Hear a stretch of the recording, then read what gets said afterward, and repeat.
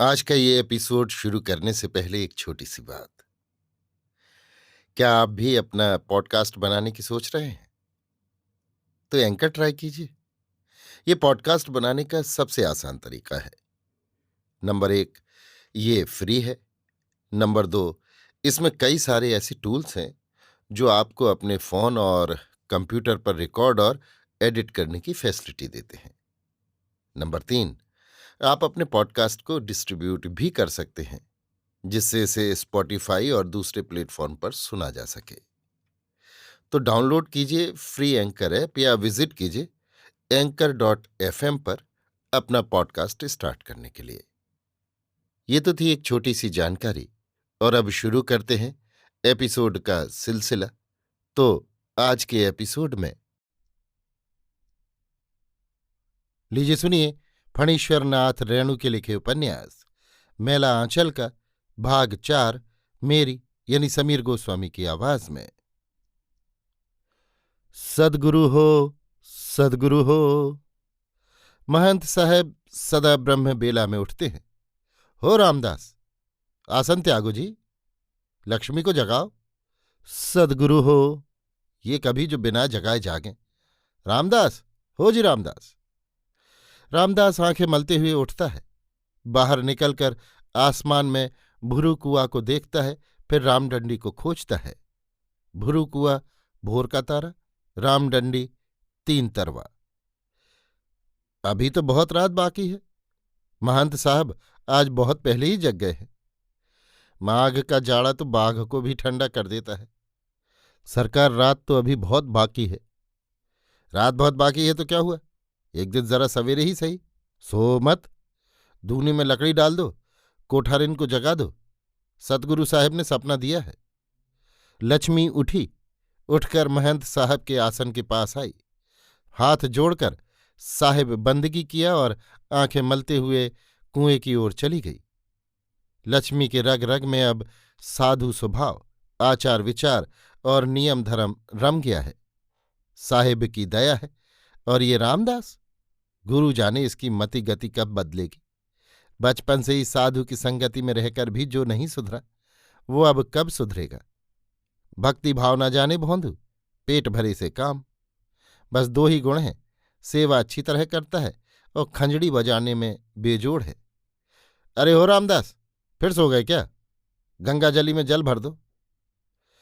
जागा हूं सदगुरु साहिब, सेवक तुम्हारे दरस को आया जी। जागा हूं सदगुरु साहिब। डिम डिमिक डिमिक डिम डिमिक डिमिक, भोर भयो भव भरम भयानक, भानु देख कर भागा जी।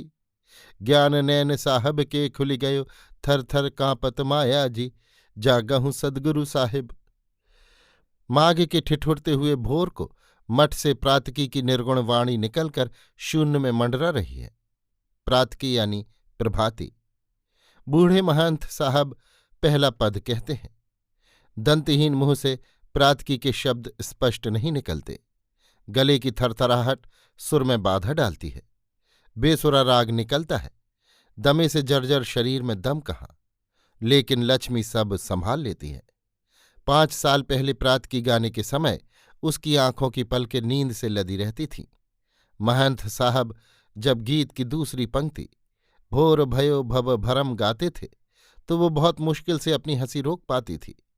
भोर भयो भव भरम। लेकिन अब नहीं। उसकी बोली मीठी है, उसका सुर मीठा है, वो तन्मय होकर गाती है।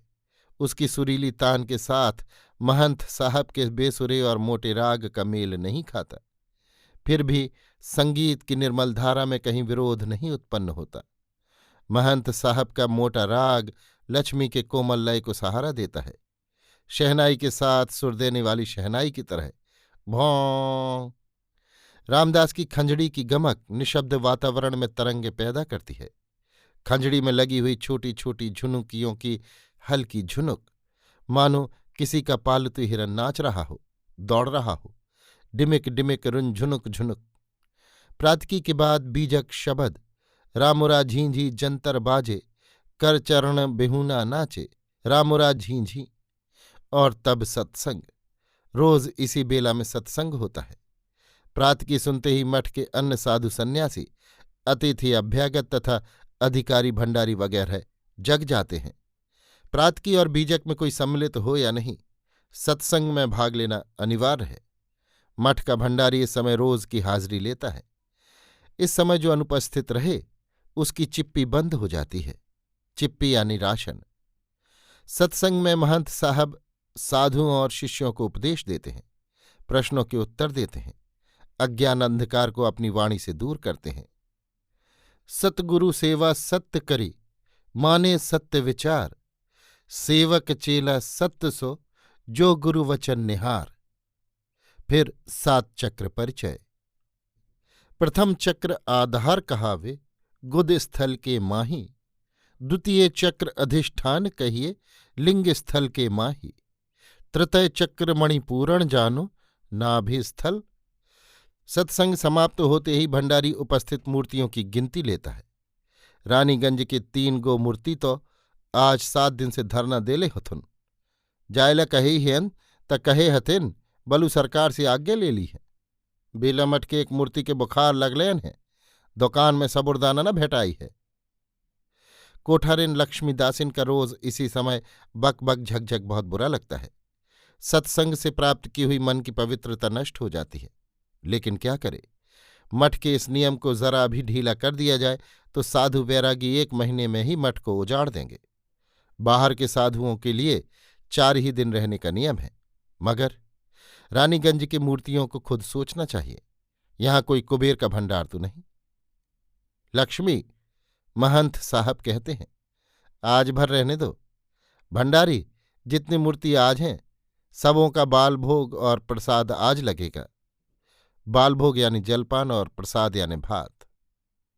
सभी मूर्ति बैठ जाइए। आज सतगुरु साहेब सपनाधीन हैं। धूनी में फिर सूखी लकड़ियों के छोटे छोटे टुकड़े डाल दिए गए। सभी मूर्ति फिर धूनी के चारों ओर अर्धवृत्ताकार पंक्ति में बैठ गए। लक्ष्मी की आसनी महंत साहब के आसन के पास ही लगती है। सभी महंत साहब की ओर उत्सुकता से देख रहे हैं।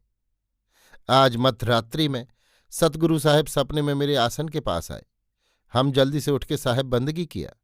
हमको दया भाव दे के साहेब कहन, सेवादास, तुम नेत्रहीन हो, लेकिन तुम्हारे अंतर के नैनों का जोत बड़ा विलक्षण है।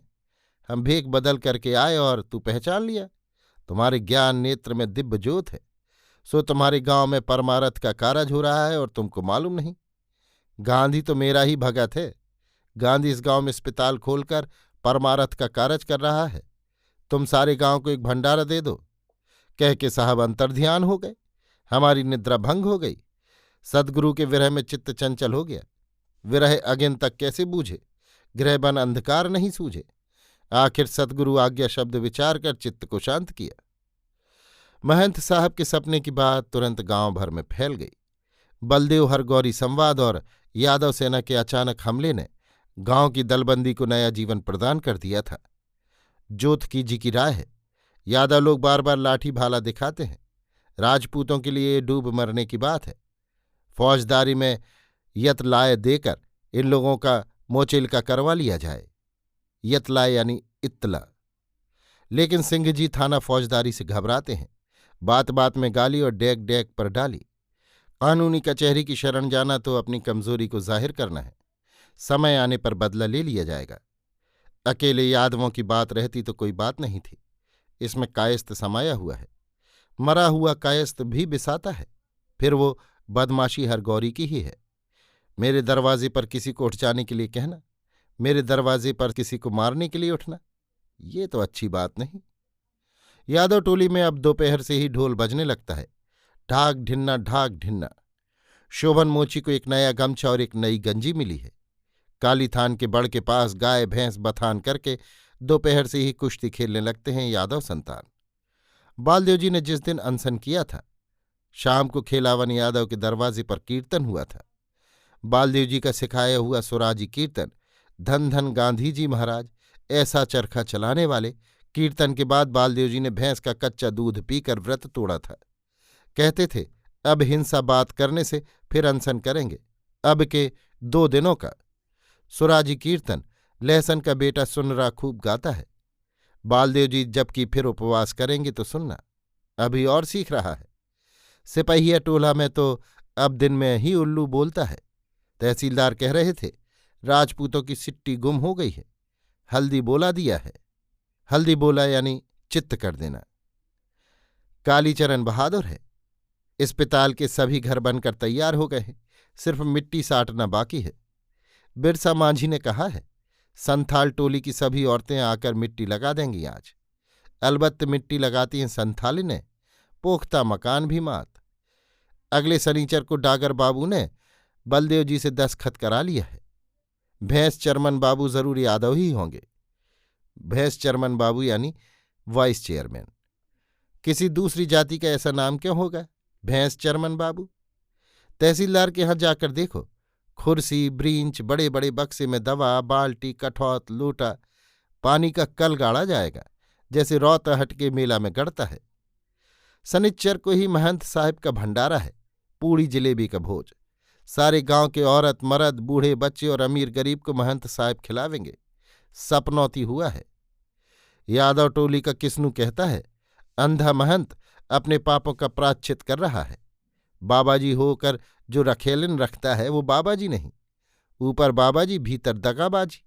क्या कहते हो? रखेलन नहीं दासन है। किसी और को सिखाना। 5 बरस तक मठ में नौकरी किया है, हमसे बढ़कर और कौन जानेगा मठ की बात? और कोई देखे या नहीं देखे, ऊपर परमेश्वर तो है। महंत जब लक्ष्मीदास इनको मठ पर लाया था तो वो एकदम अबोध थी, एकदम नादान, एक ही कपड़ा पहनती थी। कहाँ वो बच्ची और कहाँ 50 बरस का बूढ़ा गिद्ध। रोज रात में लक्ष्मी रोती थी, ऐसा रोना कि जिसे सुनकर पत्थर भी पिघल जाए। हम तो सो नहीं सकते थे, उठकर भैंसों को खोलकर चराने चले जाते थे। रोज सुबह लक्ष्मी दूध लेने बथान पर आती थी। उसकी आंखें कदम के फूल की तरह फूली रहती थी। रात में रोने का कारण पूछने पर चुपचाप टुकुर टुकुर मुंह देखने लगती थी, ठीक गाय की बाछी की तरह जिसकी मां मर गई हो। वैसा ही चंडाल है ये रमदसवा। वो साला भी अंधा होगा, देख लेना। मैं तो एक बार 4 दिन के लिए पुरैनिया गया था। हमने सोचा कि 4 रात तो लक्ष्मी चैन से सो सकेगी। ले भलैया, बाघ के मुंह से छूटी तो बिलार के मुंह में गई। उसके बाद लक्ष्मी ऐसी बीमार पड़ी कि मरते मरते बची। पाप भला छिपे। रामदास को मिरेगी आने लगी और महंत सेवादास सूरदास हो गए, एकदम चौपट। हमारा 3 साल का दरमाहा बाकी रखा है, भंडारा करता है। हम उन लोगों को साधु नहीं समझते हैं। महंत सेवादास इस इलाके के ज्ञानी साधु समझे जाते थे।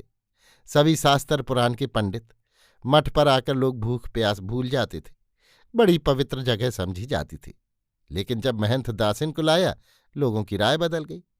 बसुमतिया मठ के महंत से इसी दासिन को लेकर कितने लड़ाई झगड़े और मुकदमे हुए।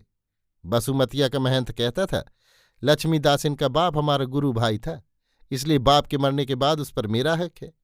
सेवादास की दलील थी लक्ष्मी पर हमारा अधिकार है। अंत में लक्ष्मी कानूनन सेवादास की ही हुई। सेवादास के वकील साहब ने समझाकर कहा था महंत साहब, इस लड़की को पढ़ा लिखा कर इसकी शादी करवा दीजिएगा। महंत साहब ने वकील साहब को विश्वास दिलाया था, वकील साहब लक्ष्मी हमारी बेटी की तरह रहेगी। लेकिन आदमी की मति को क्या कहा जाए। मठ पर लाते ही किशोरी लक्ष्मी को उन्होंने अपनी दासी बना लिया। लक्ष्मी अब जवान हुई है, लेकिन लक्ष्मी के जवान होने के पहले ही महंत सेवादास की आंखें अपनी ज्योति खो चुकी थीं। पता नहीं लक्ष्मी की जवानी को देखकर उसकी क्या हालत होती। अब तो महंत सेवादास को बहुत लोग प्रणाम बंदगी भी नहीं करते। धर्म भ्रष्ट हो गया है। भगला भगत है, ब्रह्मचारी नहीं व्यभिचारी है। पूड़ी जलेबी और दही चीनी के भंडारे की घोषणा के बाद जनमत बदल रहा है। कैसा भी हो, आखिर साधु है। किसने आज तक इतना बड़ा भोज किया? तहसीलदार ने अपने बाप के श्राद्ध में जाति बिरादरी वालों को भात और गैर जाति के लोगों को दही चूड़ा खिलाया था। सिंह जी ने अपने सास के श्राद्ध में अपनी जाति के लोगों को पूरी मिठाई और अन्य जाति के लोगों को दही चूड़ा खिलाया था। खिलावन के यहाँ पिछले साल माँ के श्राद्ध में जैसा भोज हुआ सो तो सबों ने देखा ही है। फिर सारे गांव के लोगों को, औरत मर्द बच्चों को आज तक किसने खिलाया है? चीनी मिलती नहीं। भगवान भगत ने कहा है कि ब्लैक में 1 बोरा चीनी का दाम है 1 नमरी। नमरी यानी 100 रुपये का नोट। चरमन चीनी 2 नमरी। तंत्रिमा गहलोत और पोलिया टोली के अधिकांश लोगों ने पूड़ी जलेबी कभी चखी भी नहीं। बिरंची एक बार राज की गवाही देने के लिए कचहरी गया तो तहसीलदार ने पूड़ी जलेबी खिलाई थी। गांव में न जाने कैसे ये हल्ला हो गया कि बिरंची ने तहसीलदार का जूठा खाया है। जनेऊ देने के लिए जाति के पंडित जी आए थे। बिरंची के सिर पर 7 घंटे तक घेला सुपारी रखने की सजा दी गई थी। 5 सुपारी पर घेला भर पानी। जरा भी घेला हिला, एक बूंद भी पानी गिरा कि ऊपर से झाड़ की मार। तहसीलदार साहब क्या कर सकते हैं? जाति बिरादरी का मामला है, इसमें वे कुछ नहीं बोल सकते। आखिर 5 रुपया जुर्माना और जाति के पंडित जी को 1 जोड़ा धोती देकर बिरंची ने अपना हुक्का पानी खुलवाया था। पूड़ी जलेबी का स्वाद याद नहीं? जीवनदास, बालदेव जी आए हैं। बनगी बालदेव बाबू। बनगी नहीं, जय हिंद बोलो, जय हिंद। हाँ जी, इस टोले में कितने लोग हैं? हिसाब करके बताओ तो। औरत मर्द बच्चों को भी जोड़ना। क्या गिनना नहीं जानते? बिरंची कहाँ है? बालदेव जी घर घर घूमकर मर्दमशुमारी कर रहे हैं। बड़ा झंझट का काम है। सिर्फ पोलिया टोले में 7 कोड़ी 4, 1 कोड़ी में 20 संख्या होती है। नहीं, 4 कोड़ी 7। ततमा टोली में पूरे 5 कोड़ी, दुसाध टोली में 2 कोड़ी, कोयरी टोले में 6 कोड़ी 3। यादव टोली का हिसाब कालीचरण कर रहा है। भगवान जाने सिपहिया टोली के लोग इसमें भी मीन मेख निकालकर बखेड़ा न खड़ा कर दें। क्या ठिकाना है? बाभनों ने तो साफ इनकार कर दिया है। यदि बाभनों के लिए अलग प्रबंध न हुआ तो सरब संगठन में नहीं खाएंगे। बाभन भोजन ही नहीं हुआ तो फिर भोज क्या? महंत जी से कहना होगा। बाभन हैं ही कितने? सब मिलाकर 10 घर। महंत साहब ने सब सुनकर कहा, सद्गुरु हो, सद्गुरु हो। बाभन लोगों का अलग इंतजाम कर दो बालदेव बाबू, इसमें हर्ज ही क्या है? नहीं हो तो उन लोगों का प्रबंध मठ पर ही कर दो। इसी समय लक्ष्मीदासन ने आकर खबर दी, सिपहिया टोले के लोग भी नहीं खाएंगे। हिबरन सिंह का बेटा आकर कह गया है, ग्वाला लोगों के साथ एक पंगत में नहीं खाएंगे। हम लोगों के गांव का आटा घी चीनी अलग दे दिया जाए, हम लोग अलग बनवा लेंगे। सद्गुरु हो, ये तो अच्छा बखेड़ा खड़ा हुआ। अब यादव लोग कहेंगे कि धानुक लोगों के साथ एक पंगत में नहीं खाएंगे। हिबरन सिंह के बेटे ने तो ये भी कहा है कि बालदेव यदि इंतजाम कर रहेगा तो महंत साहेब का भंडारा भंडूल होगा। गुरु हो, गुरु हो। तो महंत साहब, हमारे रहने से लोग विरोध करते हैं तो हम खुशी खुशी। वारे, ये भी कोई बात है? महंत साहब, मैं कह देती हूं, यदि बालदेव जी को छोड़कर और किसी को प्रबंध करने का भार दिया तो समझ लीजिए कि भंडारा चौपट हुआ। मैं इस गांव के एक एक आदमी को पहचानती हूं।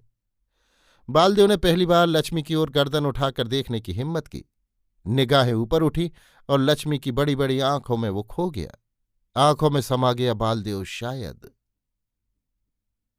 अभी आप सुन रहे थे फणीश्वरनाथ रेणु के लिखे उपन्यास मैला आंचल का भाग 4, मेरी यानी समीर गोस्वामी की आवाज में।